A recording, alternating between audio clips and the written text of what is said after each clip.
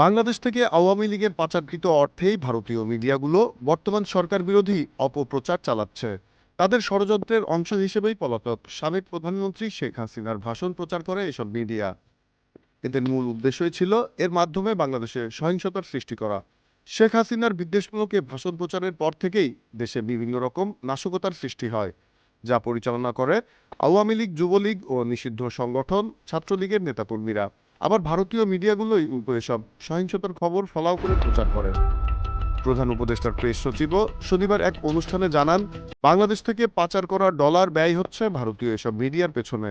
উদ্দেশ্য বাংলাদেশ বিরোধী অপপ্রচারের মাধ্যমে ডক্টর ইউনূস সরকারকে অস্থিতিশীল করা। মূলত বাংলাদেশ সম্পর্কে ভারতীয় মিডিয়ার ভিত্তিহীন সংবাদ, মিথ্যা ভাষ্য ও বিকৃত তথ্য সম্প্রচার শুরু হয় 5 আগস্ট শেখ হাসিনা সরকারের পতনের পরপরই। এই আচরণ সম্পূর্ণ অযৌক্তিক ও অপেশাদার বলেও মনে করেন সংশ্লিষ্টরা। Z news, Dhaka.